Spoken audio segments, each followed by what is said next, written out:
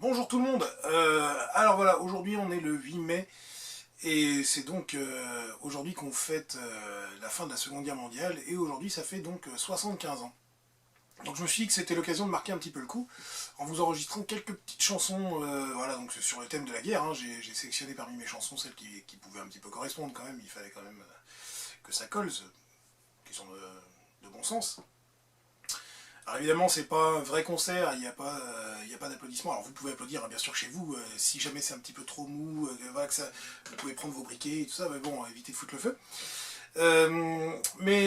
Voilà, c'est pas vraiment comme un vrai concert, on n'a pas l'interaction qu'on devrait avoir, mais malheureusement les circonstances actuelles font qu'on peut pas faire autrement. Alors beaucoup de musiciens ont fait des petites vidéos sur internet et je trouve que c'est une très bonne idée. Alors je dirais pas que je vais les copier ou autre, hein. De toute façon on n'a pas le choix, c'est plus ou moins ça ou rien, donc c'est comme ça. Donc voilà, je me suis dit que j'allais faire un petit peu ce petit concert de Online Mini Concert. Donc un petit concert, au lieu de faire juste une petite chanson, je vais vous en faire quelques-unes. Et puis voilà, à chaque fois sur un petit thème. Aujourd'hui donc on commence cette série voilà, sur une journée qui est quand même très symbolique. Symbolique pour moi sur un deuxième point, c'est que du coup j'ai profité de ce confinement pour enregistrer mon troisième album solo, beaucoup de morceaux qui étaient écrits depuis très longtemps et que je n'avais pas eu le temps d'enregistrer. Et en plus cet album s'appelle WW3, donc World War III évidemment, donc Troisième Guerre mondiale. Donc évidemment c'est dans le thème que j'ai choisi pour nous aujourd'hui, hein. D'ailleurs je vais vous la jouer, la chanson WW3, et c'est prévu pour tout à l'heure. Je vais commencer pour l'instant par un morceau qui s'appelle Devoir de mémoire, que j'avais écrit à l'époque pour le centenaire donc, de la fin de la Première Guerre mondiale et que je n'ai pas enregistré parce qu'à l'époque j'ai pas eu le temps. Et donc du coup voilà, je me l'étais gardé sous le coude, je l'enregistrerai plus tard, ça dépendra de mon humeur, on verra. Mais du coup elle collait plutôt bien au thème, même si elle ne concerne pas la Seconde Guerre mondiale, on s'en fout, c'est voilà, sur le thème de la guerre. Et donc voilà, je me suis dit que ça pourrait être pas mal. Donc voilà, petit morceau qui s'appelle Devoir de mémoire.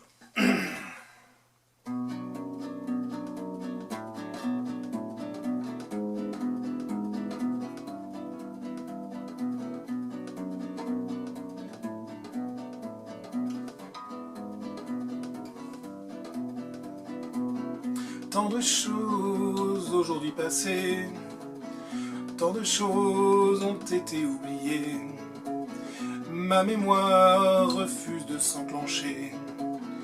Mes souvenirs ont été effacés. Je n'arrive plus à me remémorer les visages de ceux qui m'ont quitté. J'obéis aux ordres de mon officier. Bientôt je quitterai ma tranchée. Qu'importe le mérite, qu'importe la gloire, la seule chose qui compte, se souvenir de l'histoire des millions d'anonymes, anéantis pour qu'on puisse vivre.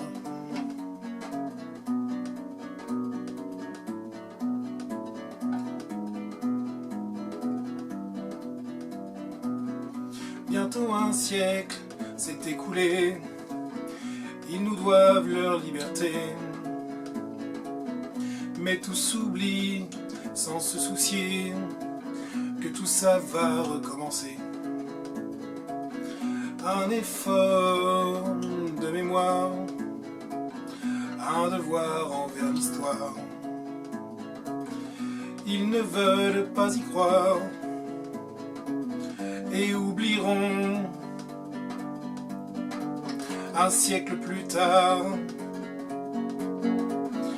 Qu'importe le mérite, qu'importe la gloire, la seule chose qui compte, se souvenir de l'histoire des millions d'anonymes, anéantis pour qu'on puisse vivre. Qu'importe le mérite, qu'importe la gloire, la seule chose qui compte, se souvenir de l'histoire des millions d'anonymes, anéantis pour qu'on puisse vivre.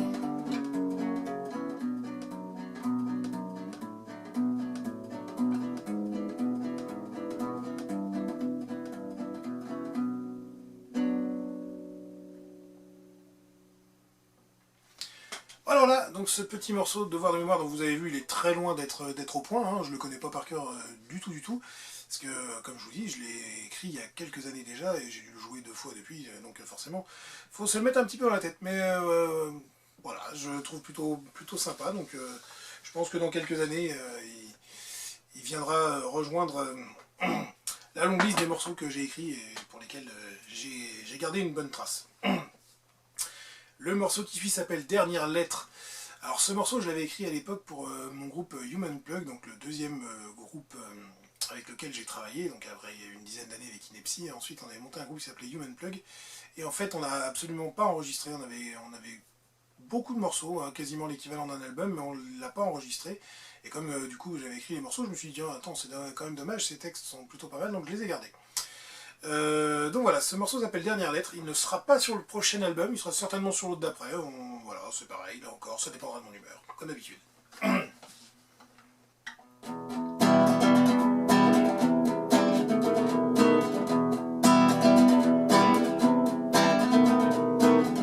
Je t'ai écrit cette lettre pour que tu saches la vérité, je n'ai pu tenir ma promesse avec cette vie que j'ai ôtée.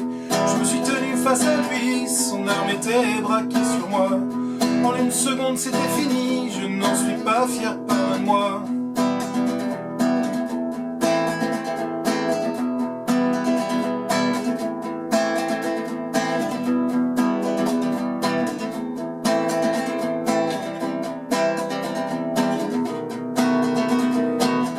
Je t'ai écrit cette lettre car on me voit comme un héros.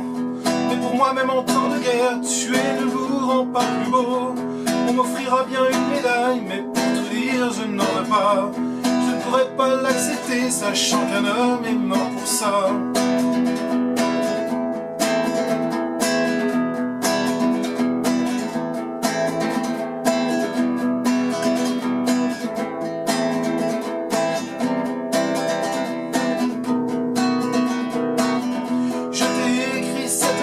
Car aujourd'hui je veux partir. Je ne ressens plus la colère, je ne ressens plus rien pour tout dire. Je vais mourir au champ de l'heure, je n'ai pas chargé mon fusil. Et quand tu recevras cette lettre, pour moi la guerre sera finie.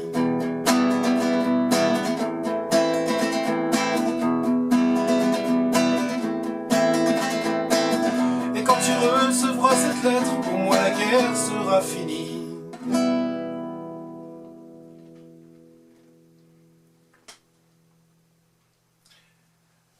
Voilà, donc ce petit morceau, donc Dernière lettre, certainement qu'il reviendra lui aussi plus tard. Alors voilà, on va arriver donc sur quelques petits morceaux que j'ai écrits, qui eux par contre vont être sur l'album WW3, donc juste pour expliquer un petit peu le principe donc, du morceau qui arrive, le morceau en question s'appelle Panique au champ. Alors pour ceux qui me connaissent depuis déjà pas mal d'années, ils la connaissent, je l'ai écrite celle-ci à l'époque, juste avant les dernières élections présidentielles. Parce que voilà, il y a quelques années, donc à l'époque c'était pour les 50 ans de la fin de la guerre, quand j'étais donc collégien, donc là c'est le petit instant nostalgie, je vous explique un petit peu hein, le contexte. Donc j'avais qu'une douzaine d'années, mon prof d'histoire de collège, hein, à l'époque, je sais plus, c'était 4e, 3e, quelque chose comme ça, nous avait donné un sujet à faire, un dossier. Alors c'est pas comme les dossiers de maintenant où c'est une demi-page, hein. À l'époque un dossier c'était 20-30 pages, pour les collégiens c'était quand même assez énorme, et on avait tous la même source, hein, quand c'est dans les années 90, on n'allait pas sur internet, sur Wikipédia, c'était pas possible, hein. On fouillait dans les dictionnaires, on fouillait un peu dans les encyclopédies, les bouquins d'histoire, pour essayer de trouver, et donc le sujet, on va dire, de ce dossier, c'était les femmes dans la résistance. Je trouvais que c'était plutôt sympa, donc c'était pas beaucoup traité à l'époque. Et à l'époque, je me suis dit, tiens, ce serait pas mal si je veux faire quelque chose un peu différent de mes camarades, ce serait d'avoir des témoignages qu'on n'a pas forcément entendus en fait jusque-là, parce que voilà, il y avait beaucoup de gens connus qui avaient fait le tour de tous les bouquins d'histoire, mais il y a aussi tout un tas de personnes qui avaient gardé leurs histoires pour eux. Et donc mon grand-père, moi, il était décédé, il avait fait la guerre, mais il risquait plus de m'en parler. Mais il y avait toujours ce grand-oncle, Monsieur Taforin, qui lui pouvait nous en parler. Il avait connu la guerre, il avait été déporté et tout ça. Je me suis dit, tiens, on va aller voir le grand-oncle et on aura certainement des témoignages qui seront autres. il y a quelque chose qui vous marque quand vous êtes gamin. Quand vous dites, tiens, cette guerre-là, elle est finie depuis 50 ans. Et qu'un grand gaillard comme ça, bâti et tout, qui a plus de 80 ans, se met à pleurer en racontant des histoires, vous dites, putain, ça a dû être une sacrée merde quand même. Et cette sacrée merde, elle a été faite à cause de gens qui pensaient tout simplement qu'en haïssant les autres et en amenant tout le monde à haïr une population, ils allaient créer un super pays. Le Troisième Reich, c'était une connerie monumentale, ça l'est toujours d'ailleurs, ça l'est encore plus avec le recul. Mais le problème, c'est que ceux-là, ils ont fait des petits, ils ont fait beaucoup, beaucoup de petits. Et à l'époque, mon grand-oncle, il nous a dit, il était vraiment en train de pleurer, il y avait mon frère et moi, mon frère était un petit peu plus jeune que moi, mais il était venu quand même. Il nous a dit, vous savez, et moi je parle parfaitement allemand, et un jour on avait eu une visite d'Hitler dans notre camp, et il dit, j'avais entendu son discours, parce qu'il discourait devant les soldats allemands, et il dit, nous, derrière les grillages, on pouvait l'entendre, et il dit, je parlais allemand, et j'ai compris son discours. Et il dit, aujourd'hui, quand j'entends Le Pen, donc à l'époque il parlait de Jean-Marie, hein, c'était il y a 25 ans, je vous rappelle, il dit, pour moi c'est exactement la même chose, il a juste un peu feutré le message. Mais en fait c'est exactement les mêmes, ils appellent à la haine, ils cherchent des coupables, et à partir du moment où on a des coupables, eh ben on se venge sur eux, c'est tout, il n'y a que ça en fait, c'est ça leur politique, ils n'ont rien d'autre. Et du coup en fait ça m'est resté en tête, ça m'a marqué à vie, et jamais je ne voterai pour ces gens-là, seulement il y a encore des gens qui le font, parce qu'ils sont peut-être pas conscients en fait de tout ça. Je sais pas, est-ce que c'est de l'inconscience, est-ce que c'est de la connerie, est-ce que c'est souvent un peu les deux, hein. Mais voilà, donc du coup j'ai écrit ce petit morceau, il s'appelle Panique au chant. Alors, vous allez me dire quel rapport avec, avec ce qu'on vient de dire. Eh bien vous allez vite comprendre.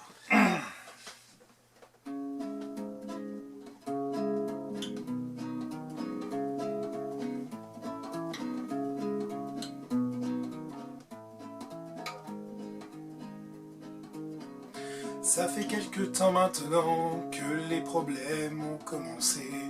Le berger a peut-être fait son temps et les moutons s'en sont lassés. Le temps des élections approche, mais qui donc va le remplacer? Un pour sortir les mains de ses poches et faire le boulot au pied levé. Le fils du berger aimerait bien, lui-même berger, ça va sans dire. Mais les moutons le connaissent bien, le même que son père, voire même pire. Il leur a fait de belles promesses, mais les moutons ne l'ont pas cru. Il aimerait les tenir en laisse, mais ses discours, il n'y croit plus.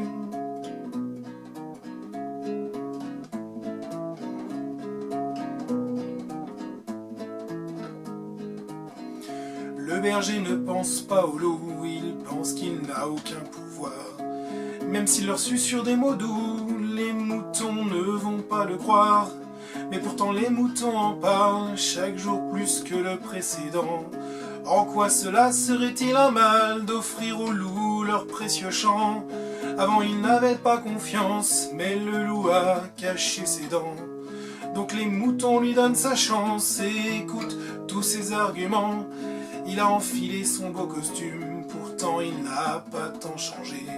Même s'il ne hurle plus à la lune, ce sont les moutons qu'il aime croquer.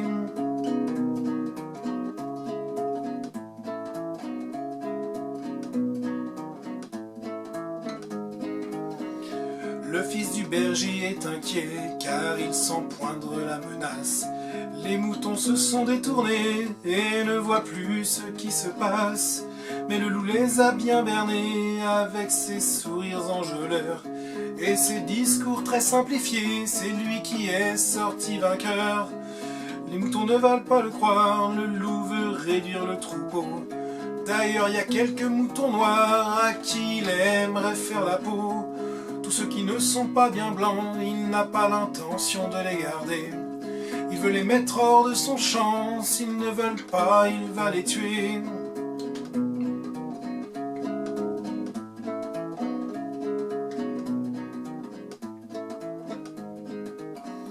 Quelques moutons avaient prévenu, mais on ne les a pas écoutés.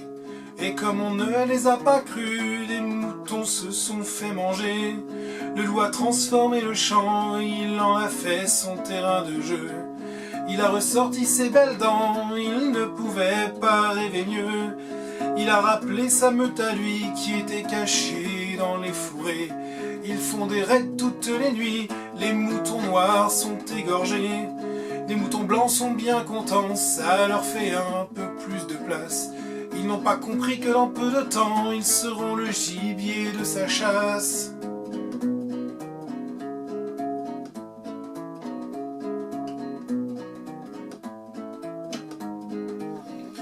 Quelques mois se sont écoulés et les moutons comprennent enfin qu'avec le loup pour les guider, ils ne vont pas aller bien loin.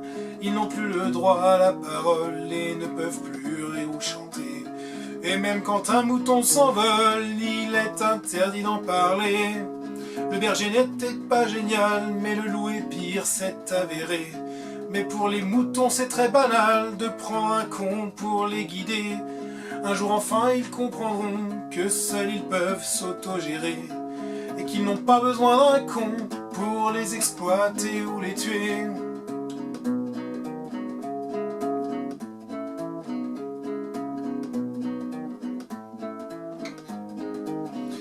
Un jour enfin ils comprendront que seuls ils peuvent s'autogérer et qu'ils n'ont pas besoin d'un con pour les exploiter ou les tuer.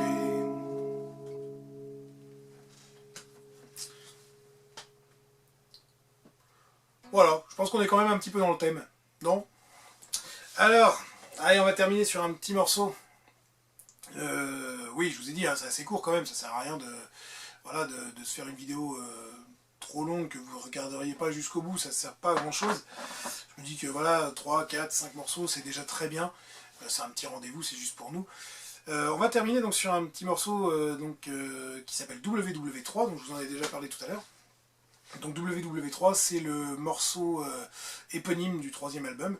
Il est d'ailleurs, il est tout à la fin, histoire de bien marquer le coup. Il est... Bon, vous allez voir. Je vous dis rien, vous allez voir.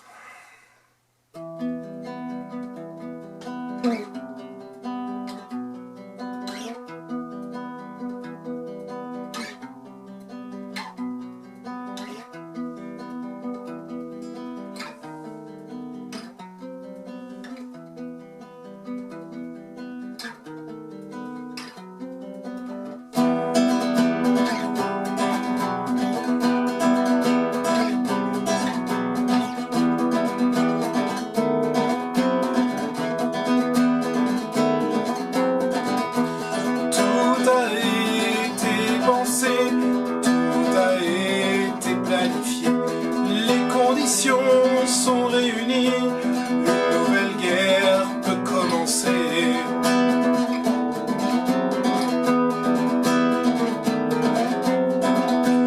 On ne va pas faire dans la dentelle depuis le temps qu'on la prépare.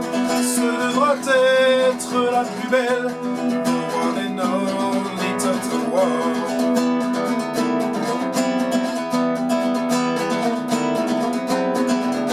La haine a encore gagné et aucune erreur du passé à 7 milliards de cons n'aura servi de leçon.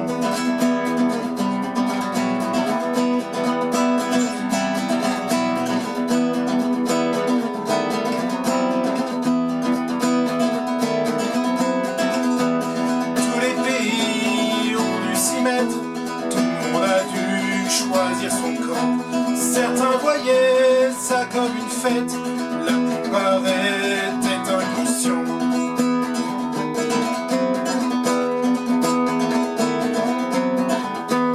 Une planète divisée en deux, combat pour on ne sait quoi, pour du pétrole ou pour un dieu, rien de primordial en tout cas.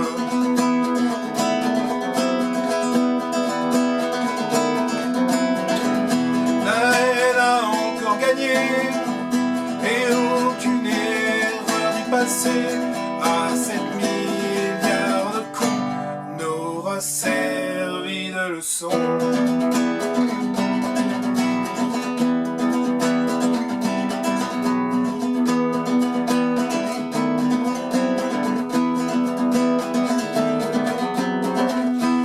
Les pacifistes ont protesté, marchant en rang à découvert.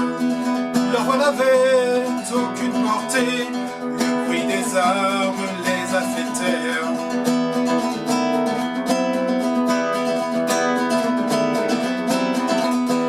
Les autres voulaient tout casser, rien ne pouvait les arrêter. Et après 10 ans de conflit, il n'y a plus rien à sauver.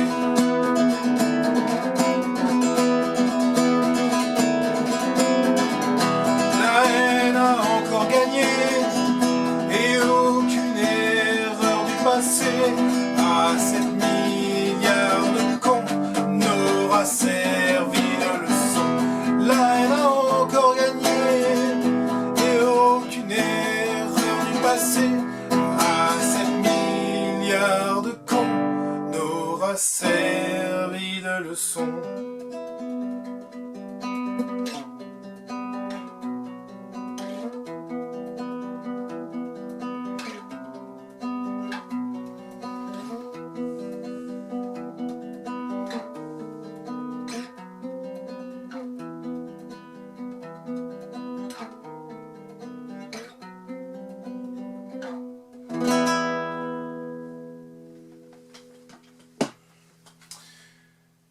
Allez, je vous dis à plus.